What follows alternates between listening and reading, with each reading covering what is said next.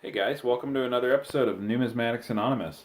Tonight we are asking the question, is it worth it to buy a roll of wheat pennies on eBay? This is one of those classic unsearched rolls.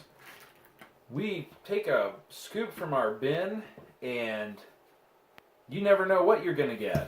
So we ask ourselves, is this really random? Are there any teens, 20s, 30s? Or is it all going to be 1940s and 50s? Is it a scam? Is it a ripoff? Is it a good deal? Who knows? We're about to find out. We're about to answer that question. So let's take a look, see what we find.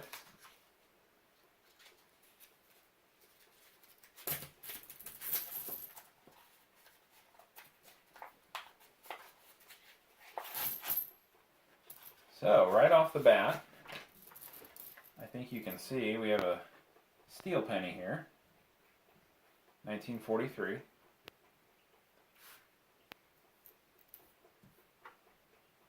And I think I'll sort these by decades. This will be 40s, 50s.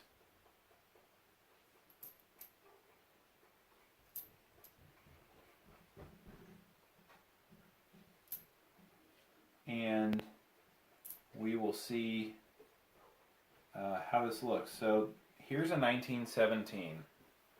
So I'll put that over here in the pile. We'll call that 20s and before. I do know that the 1917 is a very common teens. So when they are trying to put teens and 20s into the roll, that's one of the years that they'll do.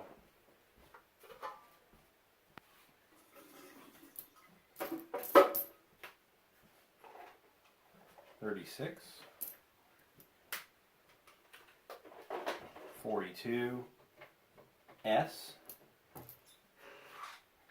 50, 44, 36D, 42S. This is the nicest one we've seen so far, 52D. These are not high-grade coins. 41, 36S. So the 30s are having a good showing so far. 52, 40,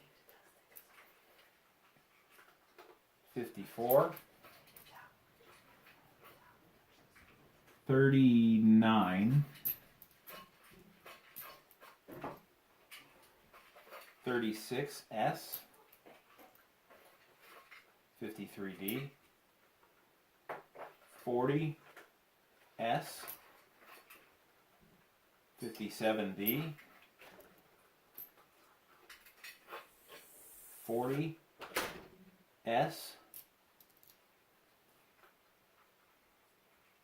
53D, 47S, 29D, 36S, 25. I don't know my key dates or anything, so if I'm not excited and I just got the world's best coin, I'm not going to know that. 38, Philly. 26, Philly. 44, Philly. 29S, I think. 36S. Getting a lot of those. Must be common. 45. 25. Philly. 53. 39, Philly. This is very tough to read. This might take a little more study. It has a mint mark. It looks like it's S, but the last two digits are worn. Looks very old though. 58, 48, 38, 19, which is another common teen years, 36, and 26 Philly. So, take a quick peek. I'll pull the camera down and show you the decade distribution.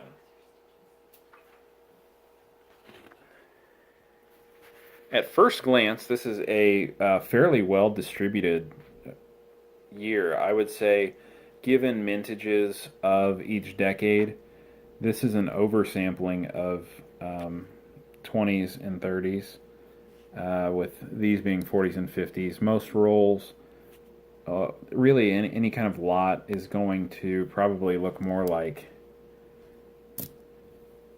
this on average. I think we did pretty well. I don't know how common these years are. We'll comb through our book and rejoin you here in a second and see if we have any gems. Okay, so here's what we found. This is the penny that seemed indeterminable. So we'll take another few looks. It's difficult. Out of the stack, I showed you the distribution. These are the new ones for us. And after looking at these pretty close, I think it's pretty fair to say that these were coals. The grade was very low. They were all brown. There was only one penny that remotely had any redness to it, and it wasn't even red. It was brown red. For us, this 1929 Denver was new. It had a mintage of 41.7 million. These two right here are the 30s that were new. A 1938 Philly and a 1936 San Francisco. The 36 San Francisco had 29.1 million, and the 38 had 156 million.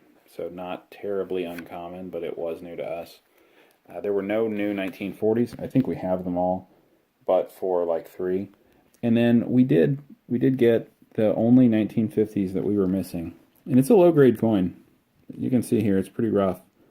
There's still some depth, but it's very scratched and very dirty. 1950s, $118 million, or 118 million minted.